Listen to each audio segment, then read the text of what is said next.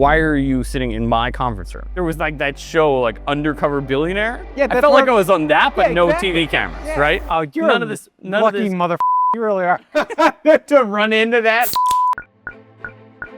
You don't just 3D print it because you can. You 3D print it because you should. Mike Vindler has dedicated his life to pushing the boundaries of what humanity can build. So I started 3D printing in 2005. His work at Tronix 3D spans the most critical sectors on Earth. Large-scale power generation. So think like nuclear, and we're going to be printing in grade 5 titanium for aerospace parts. But recently, his philosophy has driven him towards his real duty, a duty that scales from saving a single life It turned out it was a cervical collar. It's like one of the best cervical collars on the market.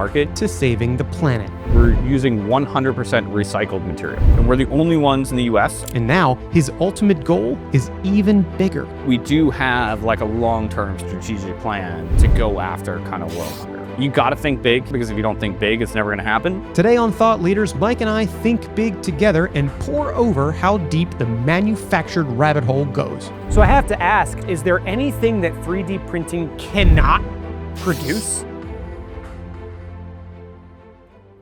I bet you've got a friend with a 3D printer in their basement, and they make cool shit like beer taps and computer stands and all that. But today we have a treat. We are here at the Tronix 3D headquarters, where the world is being 3D printed. And thank God I got a person to tell me about it, Mike Vindler, who runs the whole show. Mike, thanks so much for being on Thought Leaders with me. No, I appreciate you having here. We always like to show off our facility and kind of give people a little sneak peek at what we do. Great. Well, let's do that over a couple of drinks, shall we? It sounds awesome. Let's start with the first one right here. This is the Snake Den Nights. Cheers to you. Cheers.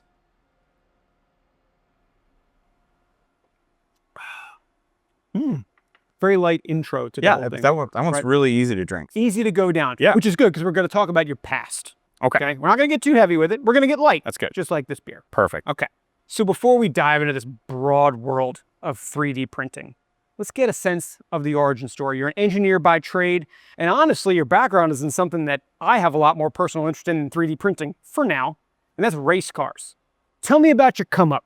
Yeah, so I went to Pitt for mechanical engineering. So that's what, it was my schooling that got me there. And while I was at Pitt, I was an intern for Siemens Energy. And so that got me kind of into the energy world. And so I spent 15 years in R&D working for Siemens Energy, working on some really cool projects, large scale power generation. So think like nuclear, large coal, large gas turbine, doing all sorts of awesome stuff. Yeah, and then, kind of my passion on the side was race cars, and that's really where we started our first company. Did you race cars then, or did you just like race cars? I like to build race cars, right? So I, and I use race cars in a broad term, right? So highly modified, streetable vehicles that you might take to the track sometimes, And right? what's your favorite type of car streetable car to modify and mess with? My favorite right now that I own is Lotuses, right? So You own a Lotus? yeah, I have two. Yeah. So Damn. This show gets good getting some Lotuses. yeah, we got them right down in the same building as here. I got a little shop. They're right here right now? Yeah, they're right. God, yeah. if it weren't for the shtick, I would have said, let's shoot it in one of those. Yeah, we could have done that.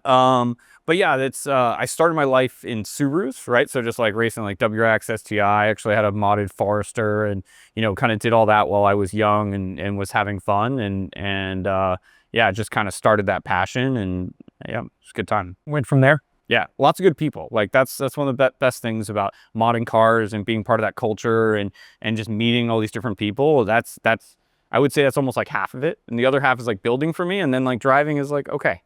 It's like, yeah, it's the mechanical engineer in me that just drives to like solve problems and innovate, and yeah, like driving is cool. It's like testing the end result, but it's not, I'm not a race car driver, right? I don't live to drive. I like live to build, That's interesting. different. Well, I come at it from like the fan's point of view, where I'm like, the fast thing go fast, turn corner without slipping. Like that. Well, I was just in Barcelona for the Formula One race. So, really? Yeah. Oh, dude. Got a nice front straight right across from, the main pits. Like it was beautiful. Oh my God. Yeah. Wow. Well, that's the kind of thing where like I would think at it from that end, but you're thinking at it like an engineer and a businessman, because wasn't that your first venture? Yeah. So the first company that Jason and I started, right? So Jason is my business partner in most of the things that I do. Okay. And we started the company called I Build Race Cars. And Pretty simple, right? Pretty simple, pretty straightforward. He almost didn't want to join the company because of the name. Just because it was too long to type in, or no. He's much more nerdy engineer than I am, and he's right, actually He said, we don't actually build race cars, we just make parts. So I don't understand why we're naming it I Build Race Cars. And I just sat there and I said, well, have you ever heard of SEO and, building a community and getting people to rally behind you? And he's like, yeah, but he was like, SEO, I've never driven that. Right, yeah, but that doesn't, 100%. So he was like, nah, that doesn't make sense. I don't think the name really describes what we do. And I'm like, dude, just leave that part up to me. Right. We'll get back to that rapport in a little bit. How did you meet Jason?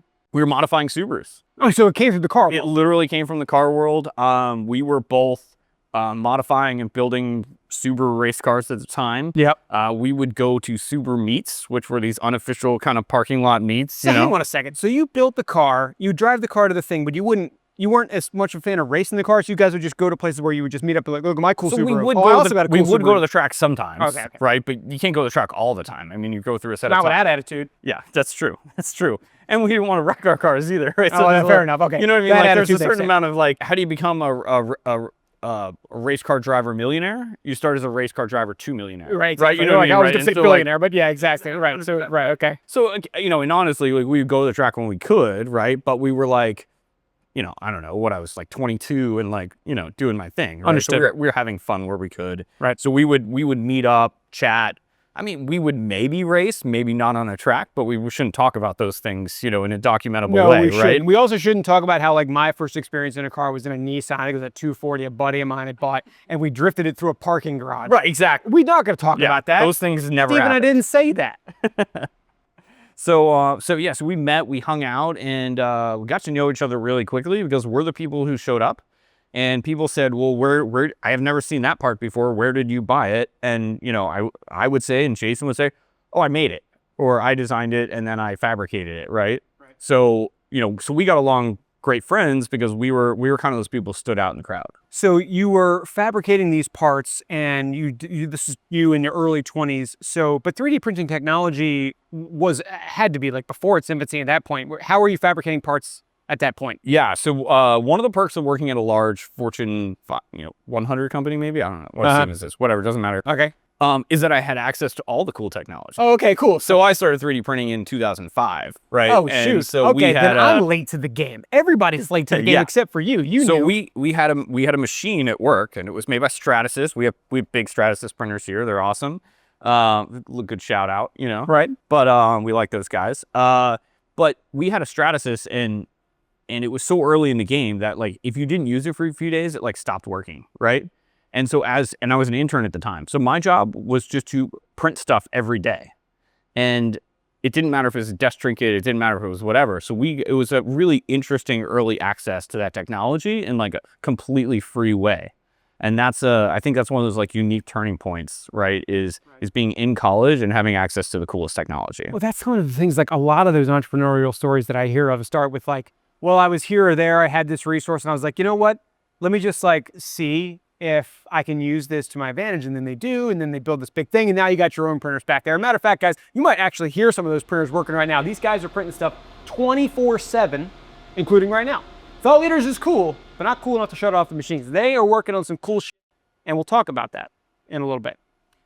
But first, we should probably have another drink. Absolutely. So this is a smoked beer. Smoked. Yeah, smells a little smoky, doesn't it? A smoked Schwarz beer called Feurig. Germans, don't come at me, but that's what it said on the can, and I tried, okay? So cheers. Cheers to you. And to Cinderland's a noble creature for partnering for this one. I did hear off camera that it smells and tastes kind of like a smoked cheese. It's odd to get a note in your beer like that, but I do get it. I do, yeah, that is actually what Especially comes in the finish, it's well, in the smell. Oh. If you just smell it, it's smoked Gouda. Yeah, it smells like a wheel of cheese. Yeah. Is that what they meant to market this with? If not, I'm now your tagline guy. Right. This is a wheel of cheese. It's good. I almost think the smoked cheese kind of would come off as a negative, but this is it in a very positive way, right? So I just want to be clear. And as they say, where there's smoke, there's fire. And where there's fire, there must have been a spark. And there had to have been some spark to get this whole operation started. Talk me through the acquisition of Tronics. Yeah. Why? How? Tell me all about it. Yeah, absolutely. So Tronics 3D was originally started in 2018. Yeah. And they were a few guys that started a 3D printing shop, and they were in the same industrial park as Siemens. You see where this is You going, didn't have right? to go many places. No, You're like, I got didn't. the tech right here. I just had got to cross the partners parking right lot. here. Right Oh now, I my had to God. drive around the building. It was a big building, Sure. but it was Right. it was still, we couldn't walk through. Unfortunately. Yeah, I You're know. working on it was rough. So, but Tronics 3D guys were super cool, right? And obviously I was in R&D, so and what I worked on was super high priority most of the time. So it was like design it today, manufacture it later today, and be on site with it tomorrow, right? Was kind of my mode that I was in every once in a while, right? Sure. And so having a 3D printing shop in the same parking lot was awesome. Pretty sweet. Right. I mean, Yeah, that was like my best that case makes scenario. the timeline like. So I got to be good friends with them because I was also the guy that called. It was like, hey, I have an unlimited budget. I need to go spend money, right? Just every entrepreneur just like salivating at that phrase. Yeah. So being in R&D, and again, at Siemens, it was like our customers were losing $1 million a day. Go fix that, right? Right. Pretty easy metrics, right? Sure. So I got to be really fast friends with the guys that owned and ran Tronics 3D, and they were doing really cool stuff. Went out to lunch with the previous owner a bunch of times. A lot of Fridays, I think. I don't know. Again, Why would you do that? yeah, it's cool people doing cool things. Yeah, Like I'm in, right? It's hard sell, right? It's like, Absolutely. I'm sure you got to drink with some of those people. Yeah, and just for sure. chatted it out. And they were doing some really cool stuff outside of, I was a big customer of theirs in the polymer space, all the plastics, all that type of stuff. They were one of the first shops to print in niobium, which most people have never heard of. Including me. Niobium. It's like me. way down on the periodic chart, but it's like super high melt temp and like this crazy metal and whatever. So they were one of those first ones to 3D print it, and it's great. If you're a rocket engine company, you actually want to print niobium. Like that's who wants it. So rocket engine company came in, bought Tronics 3D, Right. and said, all this other stuff besides printing niobium, we just don't want it. Like we came in, we wanted the IP. We don't really care to make parts for anybody else. We don't want to be a production partner. We don't want to do any of that type of stuff. They had their sites, right? Again, they're a rocket engine company. They don't want to be a 3D printing service bureau. So you're sitting there across the parking lot like, Well, bet I could get those guys. So the previous owner, if I went out to lunch with him and he's like explaining like that they just sold the company and then whatever. And he's like, do you know anybody who wants to like buy Tronics 3D except for the niobium printing? And I was like, I don't know. And I like thought about it for a while. And then like by the time we finished lunch, like that's how fast it happened. I was like, I do know somebody who wants to buy Tronics 3D, and it's me, right? You know what I mean? It's like, yeah, I would like to do that. So how do you come up with the business case in your head during lunch of like, yeah, I could make money out of that? Because that feels I'm not like sure I got that far. Oh, okay. I'm not sure. Right. So like really, it was just like my faith in that. I was one of their larger customers, right? So I really understood how they provided value to me as an engineer. Okay. And I really thought I could bring that forward, and then I could add, my business partner at I Build Race Cars, Jason, into that mix and provide even more value, right? So I literally left lunch, because I was like, maybe I do. Like, let's have that conversation. Thoughtfully inspired by the goings on. So I got in my car, dialed Jason, said, hey, Jason, do you want to buy a 3D printing company?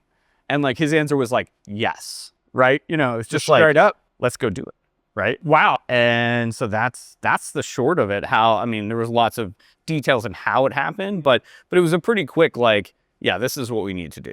Well, I guess if you'd known about 3D printing since 2005 or knew that it came around, like you probably saw around this curve before anybody even knew it was a thing. Yeah, we bought the company in 2021, right? So I've been 3D printing for 16 years at that point. Right. I saw the value. One of the interesting things is I don't think the original owners of Tronics 3D saw the same value that I did, and really where we've taken the company and where we've pushed the company and where we've kind of added our touch to it and really built upon their foundation is really where I saw that added value, right? Yeah. And that makes me think of something that you told me off camera, whatever, that when you build something, your understanding is that if you put enough good stuff in, and to paraphrase from you, good shit's going to fall out the other end. Yeah. Yeah. So I kind of talk about that with my business partner, right? I watched for, again, I probably started hanging out with him in 2009 or something, right? So we've known each other for a while. Right. The cool stuff he was building in his garage, right? I always joke that if you just shake Jason hard enough, the stuff that falls out is pretty amazing, right? And Jason is, you know, and I say this in like in a really good way. He's self-taught, right? He's just like a pure genius savant person, right? Who just approaches things with that like outsider mentality that like everybody else is like, well, this industry does it this way. Well, like he was never taught that, so therefore he does it the right way, right? You know, or he does it the better way or whatever. So he has just that knack for just like seeing what's wrong in the world and just going out and solving that problem. Right. What I'll say he doesn't have the knack for. Jason, you watching? Now, yeah, and we're very transparent on these things. I'm glad. He is making money. Oh. Right? So he's done lots of awesome stuff in his garage. Right. And it never saw the light of day. Okay. Right. What's the coolest thing he did in his garage where you're like, you know what? You're sitting on a gold mine and it never happened. I'm going to extend this to Jason and his brothers because his brothers are equally brilliant in all different unique ways. Okay. Him and his brother made the first, and I want to get it right, 4K 120 hertz monitors in existence, period. And he sold them to Samsung R&D and Palmer Luckey and all these other places. And he built like, I don't know how many, 50 of them in his garage. Yeah. And then was like, oh, that was cool. And kind of moved on. What? And I'm like, what are you guys doing? What year like was you that? Literally just. Every gamer out there is like, I don't oh yeah. remember what it was years and years ago because they literally like his brother now works for like Apple Display R&D or like I thought something. you were going to say, his brother now works for Samsung R&D. It's amazing. No. Yeah. I mean, that's what his brothers bounced around to all these, like, he was like building displays and contact lenses and like doing crazy stuff. Right. So like all his family is like cool. Right. And so, yeah, so they were like building these just because like they could. Yeah. Right. He was like importing these panels and then building the control. I know nothing about monitors. Right. You know, but they're doing whatever. the monitoring this stuff. Is awesome. And then like the places, like I'm talking to him as a friend, like this is before we were in business together. Right. And I'm talking to him as a friend. I'm like, so who are you shipping these to? Oh, the guy who found an Oculus. You know what I mean? Like he was shipping them to you know, South Korea, like Samsung headquarters, like just crazy stuff. And I'm like, guys, like, what are you doing? Like we should do something. We should make some money off of this, which is where I'm guessing you come in. Right. When I worked at Siemens, right, and I'll say this loosely, but you know, I didn't have a lot of like structure to my day, right? I was that R&D engineer who like kind of went after cool projects and did fun things and then created value. Yeah. But also part of that was needing to go out and help get budgets, right? And so you really become, and I hate to use this coin term, but like intrapreneur, right? Where you're, I've heard it. Where you're like, you know, I would go to my boss who was a director and be like, hey, I got this great idea to solve this problem that I saw last time I was at a power plant. And he was like, great, let's go find some budget and do it, right? It was very rarely kind of the inverse of like, hey, this is what I need you to do today. It was more of a, you know, generating ideas and doing all that. And really you kind of learn the business case side of it and you learn how to build a business case. A little different when you're working with like big numbers, right? And big companies. Right. But a cool amount of flexibility in the face of all that. Right. But it really, yeah, very rare position in a large company, right? Where I think which is key. And then also just going out and just finding the money is you have to be able to explain your business case. You have to be able to kind of sell your idea. You have to be able to do all those things to get people on board to get you to move forward. If you look at that, it parallels, you know, a startup company like crazy, just with less risk, right? You know, right. A lot less risk. If I failed, no one gets fired, right? You know, it's like, oh, we just lost $1 million. Like no big deal. It's like, whatever, drop in the bucket. Yeah. Barely drop in the bucket. You know, it's like the safe space to play, right? This one is not representative of what you're doing here. It's called Mindless. Wheat ale with lime, a refreshing change to the smoked beers of yore. Okay? And it cuts right through all that. Honestly, it reminds me of like, it's a good lime in a, I won't say a Corona, because I'm sure these guys would be like, Corona? Yeah. But like. No, but it kind of has a good like refreshing summer poolside maybe. But not like so light where it's a shandy, but you know, but that good like citrus bite to it. Right. Probably you sit there and be like, I got about 13 of these. You know what I'm saying? No, we don't condone any of that. Now, when you can go and have these big ideas and you can stand to lose a little bit of money, I'm guessing that the spirit which allowed you to do that led you to here today, where you now have access to some of the most cutting edge technology out there. I want to dive into some of the newer age stuff you're doing here at Trice, including some of the stuff that you're like exclusively doing here in the US. It's crazy, right here in Pittsburgh, nobody else, nobody's garage, nobody's factory, nobody else but Tronics is doing some of the stuff that you're doing here. I'd like to talk about some of that unique nature of what's happening and maybe how some of the entrepreneurial spirit that guided those decisions that you used to have in that insulated environment have now translated to here, where it's all your baby. Couple things. I mean, one thing is at Tronics 3D, we're always trying to bring on the latest technology, right? You got to keep up, right? 3D printing is evolving like crazy. That first printer that I started on doesn't do what a $400, printer you can buy on Amazon does today, right? So we always have to stay at the cutting edge. So we're currently onboarding a new titanium process, which is super cool. There's probably only a few of us doing it in the United States right now. And we're going to be printing in grade 5 titanium for aerospace parts and all sorts of stuff. So that's going to be a ton of fun. The other thing, which is very different, is we're working with Stratasys, and they have what's called a relife program. And so we're running their H350, their powder. It's their big powder bed machine for mass production and industrial production of polymers. And we're using 100% recycled material, and and we're the only ones in the US. I think we're like 3 in the world or something like that.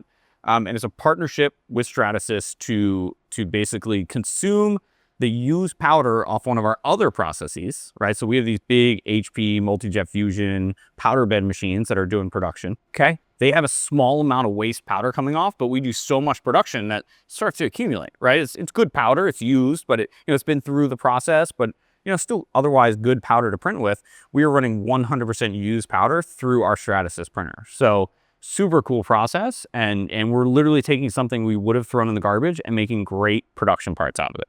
What is the world of 100% recycled 3D printed anything like today? Because the way that you say that, it makes me think if you're only one of 3 in the world, it must be completely absent, because I'm look at all this stuff we got here, guys. Like I look at all this, I'm like, all right, so how could you possibly reuse this? It seems pretty like, unless you crush it down or something. And I have no clue, and maybe others haven't thought about it much, like I don't want to say green aspect, but like the renewable aspect of 3D printing. Is that just in its infancy despite like the age of the technology? I want to learn more about that. Yeah, I mean, it definitely is. There's lots of people trying to do, recycled content, percentages of recycled content. You can buy material with percentages. But what's interesting with what we're doing is we're taking that used material, right? And we're recycling it on the spot, right? So we're not sending it to a recycling center. We're not getting it back, ground back down. We're not going through a process, and we're not doing something like just turning it into a park bench. Right. Right. It's never leaving our facility. Right. And so the amount of processing effort and time that goes into it is basically zero. And so that's how you make it really green. Is you literally place the recycling process right next to your manufacturing process and then just cycle it straight through. Yeah. And we, for years, we always thought, hey, there's this good powder coming off our process. Like we'll just stick it in 55-gallon drums and deal with it later because we have to pay to get rid of it. Right. So we just started storing it. And kind of a lucky happenstance. And well, yeah. And so Stratasys called us, and they had heard that we were, one of the top, quality suppliers, right? They were looking for kind of that niche kind of shop that really knew what they were doing, but wasn't, this massive place or whatever, so they could do the beta with them. And they called us and they're like, hey, what do you think about this? And we're like, that's great. I have 8 55-gallon drums full of powder, right? That we can start running through your process and go. The more we talk to them, what's amazing is there are these massive OEMs that have the same technology that we do in-house, right? But they're doing production parts for cars, for whatever. There's an OEM out there that has 14 tons of this powder. Like, 28,000 pounds of powder that they can turn into parts. Yeah. Right. And so we're kind of the leading edge of that beta to understand how to recycle like 28,000 pounds of powder at one facility. Right. Right. And so that's what's amazing is just the scale that this is starting to happen at. and that we're the cutting edge of that, and we're going to help that process kind of go out into the world. You know what's wild is that almost seems like, I know a business opportunity, but I don't know, I dare say like a company maybe in and of itself. These things that are byproducts of Tronics, of the vision and all that. And that's where I want to go from here, because you have been able, as this hub of like 3D printing the world for now, you have other businesses that have sprouted from this. We have businesses like, and I'll seed this, like Revobo, a company with unicorn potential, like Tension Dynamics, which has gotten interest from folks like NASA. Like, how have you thought through the various spokes through which like this is living and breathing? And has it all happened from like happenstance, like the drum barrels with the powder, or is it something else? Because it seems amazing that you should have, just because we're talking about buying this one company that's like, hey, do you just want this? Yeah. To like not just one cool thing, but one cool thing with like multiple offshoots of like equally cool things. Yeah. So I think the key is, right, and I kind of alluded to this earlier, is my business partner, Jason, right? Oh, and I said, it all goes back to Jason. I should have had him on here. And he just pops up behind the couch. He's the type of person who's sweating knowing I'm doing this on camera, right? You know what I mean? So like, screwed up. Oh my God, love the dude, love the dude, but there's a reason why I'm here and he's not, right? And we've been friends for so long. Because of those damn monitors. Yeah, we're like, you know, like this. These are things that we like openly talk about, right? It's great. Love the guy, but okay, he's not the type of person to get on camera. So be it. So really, you know, part of that buying of Tronics 3D and bringing Jason in, right? If I just wanted to build Tronics 3D and I just wanted to scale Tronics 3D, Jason's great, but he's not the person. Okay. Right? So that wasn't the intent. So really the intent of buying Tronics 3D was to wrap R&D and prototyping facility and staff around Jason, make some money, make some revenue in the process, right? Do the thing, but then see what kind of falls out, right? See what that next thing is that kind of falls out of Jason, or the opportunities that we come into because of his secret sauce that he can, you know, he's just innovating somewhere or working with somebody, right? So like Revobo is a great example. A customer came to us and said, hey, can you help us, you know, designing and developing this new medical device? We said, sure. You know, they had some art, they had some, you know, design firm do a bunch of work. It looked great on the screen. We started prototyping it. It was terrible. But Jason, through his kind of just outsider mentality, never designed a medical device before in his life. You know, reduced production costs by 30%, reduced mold costs by 40%, made it better. It turned out it was a cervical collar. It's like one of the best cervical collars on the market. And you could, like, if you got in a car accident tomorrow, you might get this cervical collar, right? I mean, it's that good. Like, in UPMC did a bunch of studies on it.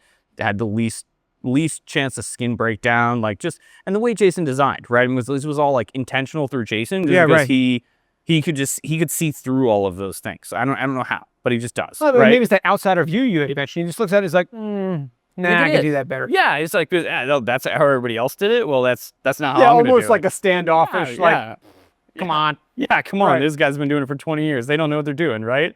Yeah. And that's what I love. And so, you know, so the guy who brought it to us, you know, he didn't own the company he was working for. He didn't own the IP. He didn't own anything. And we're sitting in the conference room. We're like, man, we work really well together, you know, and this looks like a really great market to get into. Maybe you should quit your job and we should, you know, kind of start our own thing. And so that's kind of how Revobo was born. And so we're actually doing back braces. So not a far cry from the, you know, cervical collar, neck brace type stuff. Back braces, but you know, Jason invented a whole new way to tension them. We invented a whole new way for the closure to happen and the compression over the muscles. And then of course we're like, oh, we should add sensors and software, right? And then all of a sudden it starts to blow up, and now we got, you know, crazy investments and interest, and you know, it's literally across the hall, right? Because we're in a big old Pittsburgh industrial building, right? And so we have a great landlord that is just like, oh, you need more space? How about you know, here, you want 3,000 or 4,000 square feet across the hall, like to launch your next company? Let's go. I should take some B-roll, guys. Hopefully I shoot some B-roll here of the outside of the building. The outside is very unassuming, but there's That's exactly what I was gonna say. There's like 30 some companies in here, and but it's like the heartbeat of like the future of technology. Dude, it's awesome. So Gecko Robotics was founded in the exact same space that we're in right now. So we actually took their space after they. So they're like, a unicorn, right? Right. So they just made unicorn status. Right. We have like 2 battery tech companies, spin-offs out of CMU. electric ATV company that just got funding, biodiesel conversion company that just had like a big multi-million-dollar round. I mean, just look happening in the building.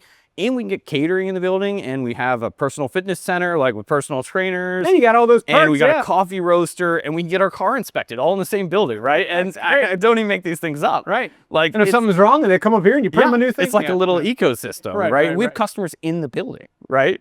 And that's cool, amazing. Though. God, that's like so analogous to your walk across the parking lot story that you were telling me before, right? Now you've got all of this stuff coursing right through this building right here in downtown Pittsburgh, which again, if you drove past this, you wouldn't think that. No. You would wonder, oh, okay, just another, you probably wouldn't even wonder about it. Yeah, you would almost think, when is that building slated for demolition, right? but the in reality, landlord's actually doing a lot of upgrades, so we're, I'm not gonna talk too much shit. But sure, it's no, it's cool though. It's a cool community.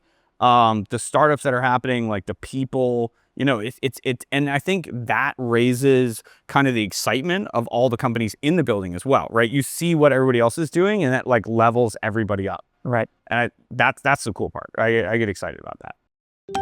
So this is a candied sour, which just is called candied sour, apparently. Okay. All right. From Abjuration. It smells like candy.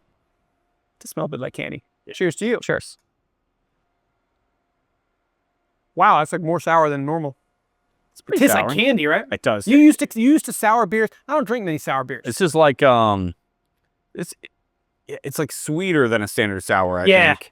And it's almost like Sour Patch Kids, like melted Sour Patch Kids. Yeah, if you like just dropped a bunch of Sour Patch Kids into water and then stirred it, and then maybe added a little bit of alcohol, like this. It's like first they're sour, then they're sweet, then they get punished and liquefied and put into this glass. It's basically like what the tagline should have been. Perfect. I'm gonna finish that to the bottom and probably have a headache tomorrow. I know, we're finishing all of these. I want to commend you with, I commend you. This is like, the interview's gonna get better from here on out. Yeah, no, right. It's only going up from here. Yeah. Hot Ones, they salute those who get all the way to the last wing. We're doing the same in our little way here. Now, sour has nothing to do with this next question. Matter of fact, it's pretty sweet that growing up across the parking lot, growing up corporate-wise, from the folks who you would eventually work with, the folks who you would eventually buy, and similarly, it was a serendipitous event which allowed Revobo to flourish.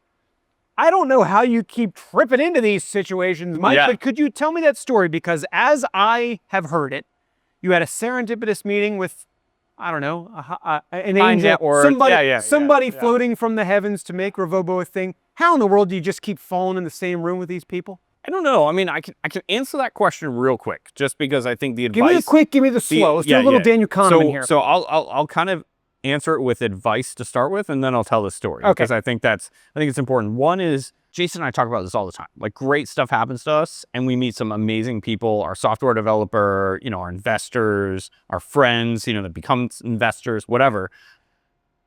It's like a numbers game, right? I hate to say that, but like, you have to be out there. You have to be interacting with people. You have to be talking to people. You have to be talking about what your ideas are. And then those things happen because you've kind of made it happen through numbers, right? Maybe we also got really lucky, right? A little bit of that. Yeah, okay. Glad you're admitting a little bit of that. I'll admit to all of it, but you got to put yourself out there and you got to keep doing it. And then eventually kind of luck happens. So where did this happen where you happened to be so lucky after a certain number of times? So Tronix 3D was starting to grow and expand, and we were just kind of starting Revobo, and we were trying to figure it out. And, I'm the CEO of both companies, right? And one of my things No big deal. Yeah, it's casual. Yeah. So one of my things is like, I always want to recognize, like, when I don't know what I'm doing, right? You know what I mean? Like it's great to know what you know. That's what Francis Bacon, right? Like, informed ignorance, informed knowledge. 100%. Yeah. So like, you get to that point where you're like, oh, this is going so well that I'm like way out of my league. Yeah. Right. And you just kind of realize that, and you'd be like, I really don't know what I'm doing anymore. Like, I've gotten us here, right? But further than here, like, starts to get way out of my expertise. So I was like, okay, what do I do? So I talked to some friends, I did whatever, and people are like, oh, maybe you should bring in a consultant and they can like show you what to do. And like, that always kind of has like a bad, like they're really expensive, and you kind of like, sure, I was thinking about it right then. I was like, okay. Yeah, I kind of got the reaction from you. Like, everybody's like, bring in a consultant. But I was like, okay, these people should really know what they're doing. I really don't know what I'm doing. So let me get as much as possible from a consultant, right? So I hired a consultant through one of the firms. It's like one of the bigger, more expensive firms that deals with startups and all this type of stuff. And I was like, look, I don't have an MBA. I don't have any of that stuff. I'm like way out of my league. Let's bring somebody in that knows what they're doing. They can tell me what I'm doing, and then we'll figure it out, right? So I get this consultant in. We're hashing out 9-10 hours a day in the conference room, first few days. And he's telling me all this other stuff, and he's relating, what we're doing to some of the other businesses that he owns or, invested in or whatever. And like after a few days, I'm like, okay, I know I'm paying you a lot of money per hour, like a lot, right? But like, you're not here for the hourly rate, right? Like what you're talking about either didn't work out, or you have enough money that you're here for some other reason, right? Right.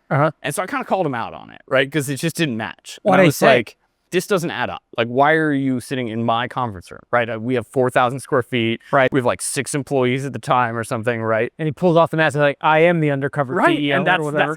that's kind of what happened. And he's like, oh yeah, like he's like, you're one of the earliest people to realize like what's, like to kind of call me out on this, right? And I was like, he's like, well, I've hyperscaled a bunch of companies, and I just really like giving back. And I'm like, what? Like, Oh, you're none a of this, lucky motherfucker. You really are. To run into that. this doesn't make sense. Like there was like that show, like Undercover Billionaire. Yeah, I felt like I was on that, but yeah, no exactly. TV cameras, Yeah, right? Right. And so, and again, this guy's high net worth, whatever. And he's like, yeah, I just really, this giving back and really helping small companies is really, really what, keeps me getting up in the morning. I really enjoy it. It brings balance to my life. And he's like, and I'm looking for deal flow, right? You know what I mean? That's like, Of course. standard Right. investor, Right. right? So he's, part of his family, his family office and whatever. Yeah. So we started going into, we were diving into Tronics 3D. That's what I hired him for. And then towards the end of the engagement, he's like, I'm like, and we're doing Refobo. And he starts to dig into this, and, it's like full open books, whatever. Yeah, sure. He's like, this is what I want to be involved in. He's like, you guys are doing great at Tronics 3D. He's like, I like being here. He's like, most of the time businesses call us in when they're like upside down and underwater and like have no idea what they're doing. He's like, you didn't really know what you were doing, but you're doing really well at it, right? Yeah. Which is kind of a different, kind of approach. So he's like, I just need to teach you, right? And you're inherently kind of good at what you're doing, and you're making good margins, you're doing whatever. And so he really, he kind of did felt like an MBA in like 2 weeks, right? It was like all intensive. We barely left the conference room for like weeks, for like 2 weeks straight, Yeah. right? And then he was like, okay, he's like, I'm gonna spend another week here in your conference room, and we're just gonna build out the business case for Refobo and build it out. And Wow. so he ended up investing in the company and really helping guide us to kind of a bigger picture. That's sweet. So pretty amazing. Again, definitely lucky. But I'm gonna throw it out there. Like, you just got to keep talking to people, right? You got to keep doing things. Just got to put yourself out there and make it known. Yeah. So if there are any undercover people out there watching this and you think you can make, this is a one-man show, okay? A little self-plug. I'm happy for you to trip over my shop, and then I'll come up with my own Revovo, and you can like totally be interested in that, okay? I promise it'll happen. What we got right here is aptly named. It's called Seedless. It's a watermelon ghost from East End. Awesome. Cheers. Cheers. I have been sitting here and hearing about the come up with Tronics, the technology, how that spun out to these various different cool things that seem to be attracting a hell of a lot of interest. And one of the main things that comes to my mind, as somebody who's interviewed a lot of entrepreneurs, and maybe I'm one myself, is SOS, Shiny Object Syndrome. But it's also that the acronym is apt, because you can see a lot of cool things and be like, ooh, I'll put some time and energy there. Ooh, something else cool here. And all of a sudden you're sinking. How do you avoid that, given the fact that you seem to be on the precipice of such futuristic, cutting edge tech that could be applicable to so many things? How do you, it's kind of a cool problem to have. Quick answer is don't sleep a lot. But that's not a good answer. Okay. That's not the good answer. I'll give you a better answer. Oh, thanks very much. That's Assuming you have to sleep. That's my how do you get immediate around? kind of, thought, Sure. right? We definitely put in the hours, right? Uh-huh. But we enjoy it, right? It's kind of the job you want to go to work for. Yeah. But I think the real key is, right, because like there's only so many hours in the day and you run out. So you got to find the right people to basically be able to kind of pass that baton to and trust them, right? So hiring is key, and a little bit of discipline, because we have lots of shiny objects that we'd like to go after. I always joke that if I told my wife I was starting another company, she would kill me. You'd live here. It would right. not be good, right? And every once in a while, I kind of like start talking about something, and my wife is like, "You are not starting another company," right? She brings a little balance to that. You know, and even Alex, my head of sales, like people are like, "Oh, maybe for this project we could do a joint venture," and like off camera or off like conversation, he's like, "No," right? Like he's like, Okay.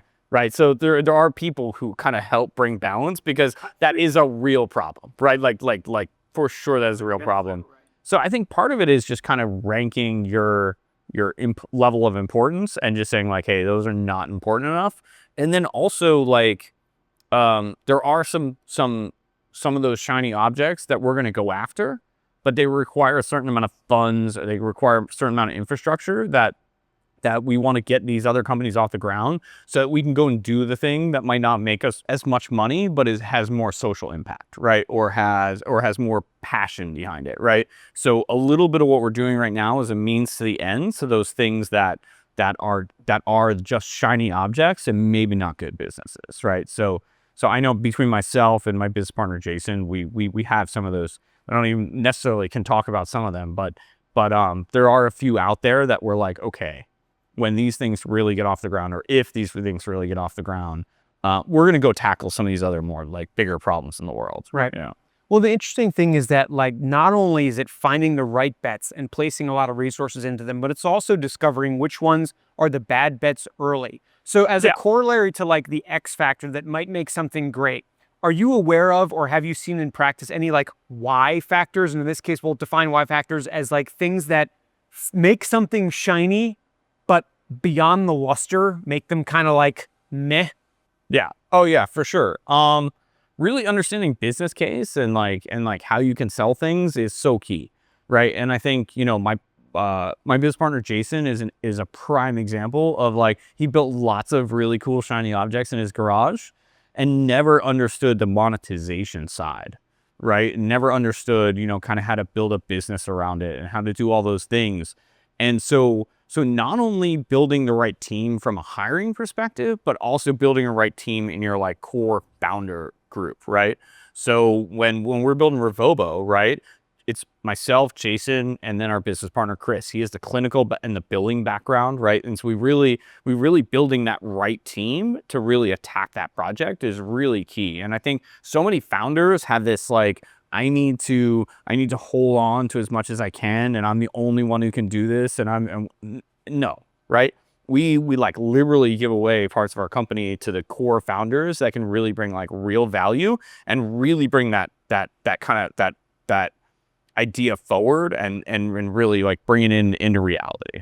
That's an interesting piece that you bring up, because the other side of being an entrepreneur, once you've actually grown something, you've tapped into some of those X factors, is now you've got big shops, you got a lot of people to manage, maintain, keep happy, keep it filled, whatever. So how do you manage that sort of weight which exists beyond the shiny object that has some gravity to it? Now that these folks who are in these offices might, you know, look at a piece of Tronics one day, might look at a piece of Revobo another day, and maybe look at, you know, Tension another day, how do you manage those people? And my guess is going to be, I built a team for that. But I'm curious because this, going back to that spirit of you and Jason in the garage, I'm curious. Yeah. Because not everyone, some people need to sleep, you know. Yeah. So there's a couple things, right? Is one, when I like, so my biggest surprise, right? So I went from corporate to entrepreneur, right? You know, and kind of made that jump and got into the real world. And, you know, maybe I didn't expect how much cash flow was going to be a problem. You know, you assume you're going to grow, you're going to make money. It's not always the case, right? A bunch of that type of stuff. That's not the stuff that kept me up at night. What kept me up at night was literally like, oh my God, as CEO, if I make a bad decision, I can wreck someone else's life because I have to fire them, right? Or that company will go down, right? And so there were so many stresses of being an entrepreneur and being, you know, a CEO, founder, owner, whatever, right? That I anticipated, right? You know, possibly running out of money. Okay, whatever, we'll figure that out. right? You know, the acquiring customers, whatever. But the impact you have on other people's lives, 100% was the thing that admittedly kind of blindsided me of like, that's what kept me up at night, is that I hired really good people.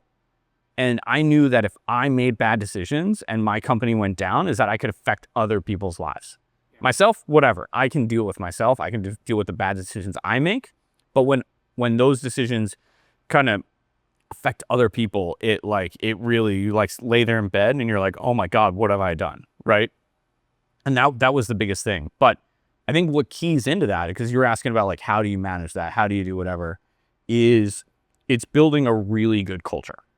Right. So there are people you can hire that do really good technical things, but if they don't fit your culture, it's not going to work. Right. You're going to get too much friction. You're going to do whatever. So we hire on like, I'm going to make up numbers, like 70% culture and like 30% technical prowess. Right. Interesting. And because you can teach people about your industry, you can teach people to do what you need to do. You can learn. I mean, you know, you don't need a college degree. You can go learn on YouTube. You can do whatever. You find smart people who are driven, who want to do what they want to do, and put them in a position to succeed, right? You know, and kind of build that. And you don't have to do as much management, right? You know, so it's not about like managing the details. It's about hiring the right people who have the same vision, that have the right culture, and then just empowering them to perform, right? Hiring the people who know what you don't know how to do, you know, and trusting them to know that. And it's all those little details, but it's really culture. It's like you have to hire people that you want to go have lunch with, right? That you want to go hang out with, that you want to show up to work and see. And it's Right. and when you build a culture and you have a bunch of people that all want to come to work and hang out with each other and work well together and everything, it just multiplies and accelerates. And you don't have to ask people to do things, right? Because they're passionate about it. They see the vision. They're there, right? And that is what makes things like really successful. Quick take then. Would we have a good lunch together? Yeah, absolutely. Oh. We're having a good time. I mean, you know, All right. even if we Bookmark weren't that drinking resume. beer. Hell yeah. That's right. Okay, good. Well, we come here to the finale with the exquisite beast called Exquisite Beast from Dancing Gnome. And it tastes every bit of a double IPA as you would think. It does. But You it's an easy to IPA drink. guy? It is exquisite. Yeah, I love IPA. Yes, so it is. Exquisite. It is. I send It's this to the not- Dancing Gnome guys. I'm like, see? Yeah, You named it correctly. it's not. It's easier to drink than a normal double IPA. So I'll take that. That's right. That's dangerous. It's dangerous, right? It's like, That's gosh, exquisite and beast. it's an exquisite, but it is a beast. And I tell you what has been a beast, not just from 2005, but since when this dimwit got to know what 3D printing was in like 2025 last month. I've been seeing all of these stories. Now I've interviewed you, and I know of now all of these different things which 3D printing has just transformed, not only from the cost of manufacturing, but the wide applicability of the technology. So I have to ask, if I look forward 5-10 years, is there anything that 3D printing cannot produce? Yeah, so I'm going to be a little bit of a buzzkill here, but I think this is where we come into play. Okay. Is 3D printing should just be another tool in the manufacturing toolbox, right? And I think so many people have these ideas of grandeur that 3D printing is going to print everything. And it can print a lot of things, and it can do amazing things, and it can do certain things really well. But as an engineer, and I think this is where Tronix 3D is a little bit different than a lot of 3D printing companies, is that we want to use it responsibly, right? We want to provide value. We want to do things. You don't just 3D print it because you can. You 3D print it because you should. And understanding that difference is really key, right? And many times, like, people are like, oh, we'll just go and 3D print that. Maybe it won't work as well as a standard manufacturing process. Maybe the volumes are too high or different or whatever. And so really being like a key partner in that decision and trying to educate people on where it could really be used, I think unlocks a lot more potential and a lot more things to 3D print, but also creates kind of a trust between you and your customer, right? We're glad to say you probably shouldn't 3D print that, but you should talk to these friends that we have and this is they're going to make that for you, and it's going to be, you know, it's going to be a much better part, and it's going to be for a cheaper price because you want 10,000 of them and you want whatever. Right. But what that allows us to do is get into these conversations where we're taking 3D printing to a different level, right? And so many people are like, oh, I'm going to use 3D printing for prototyping. I'm going to use 3D printing to make a desk widget. I'm going to use 3D printing, whatever. What people aren't talking about, and this is where we get into play, is we use 3D printing to get to market faster for a company, which builds more revenue.